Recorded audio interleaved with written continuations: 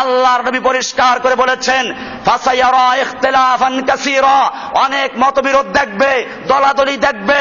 ফাআলাইকুম বিসুন্নতি ওয়া সুন্নাতিল খুলাফায়ে রাশিদিনাল মাহদিয়িন, জেনে রাখো তখন তোমাদের কাজ হবে আমার সুন্নাতকে আঁকড়ে ধরা, ওয়া সুন্নাতিল খুলাফায়ে রাশিদিনাল মাহদিয়িন, আমার খুলাফায়ে রাশিদা আবু বকর, ওমর, ওসমান যারা খেলাফত চালিয়েছেন তাদের তরিকা অনুসরণ করা। তামাসসাকু বিহা, তোমরা এটাকে শক্ত করে ধরো। ও আদ্দু আলাইহা বিন নওয়াজিজ, তোমরা মারির দাঁত দিয়ে কামড়াইয়ে ধরো যেন ছুটে না যায়।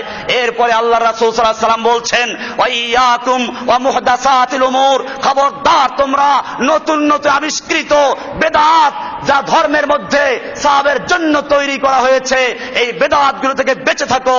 ফাইন্না কুল্লা মুহদাসাতিন বিদআ, জেনে রাখো সব নতুন আবিষ্কৃত ইবাদত বেদাত। ওয়া কুল্লা বিদআতিন দালালা, আর সমস্ত বেদাত হচ্ছে গুমরাহি, আর যত গুমরাহি নাসাইর রওয়ায়াত আছে ওয়া কুল্লা দালালাতিন ফিন্নার, সমস্ত গুমরাহির পরিণতি জাহান্নাম।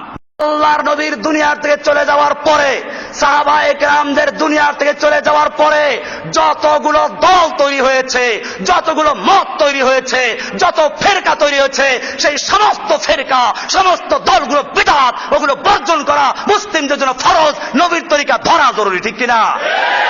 আর তরিকা ধর্ম কোরআন হাদিস অনুযায়ী আল্লাহ এবং আল্লাহর নবীর তরিকা ধর্ম, কোন পীরের তরিকা না।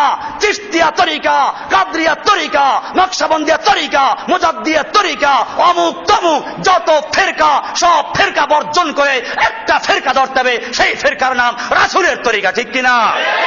সেই তরিকার নাম ইসলাম। সেই তরিকার নাম কি? ইসলাম ছাড়া মুসলিমদের আর কোন তরিকা নাই। সেই তরিকা কোরআনে আছে, হাদিসে আছে। এভাবে পরিষ্কার হয়ে গেল আল্লাহ আল্লাহর রাসূলের তরিকা মানতে হবে, আল্লাহর হুকুম মানতে হবে, রাসূলের তরিকা মানতে হবে। রাসূলের তরিকা সাহাবায়ে কেরামদের মত মানবো।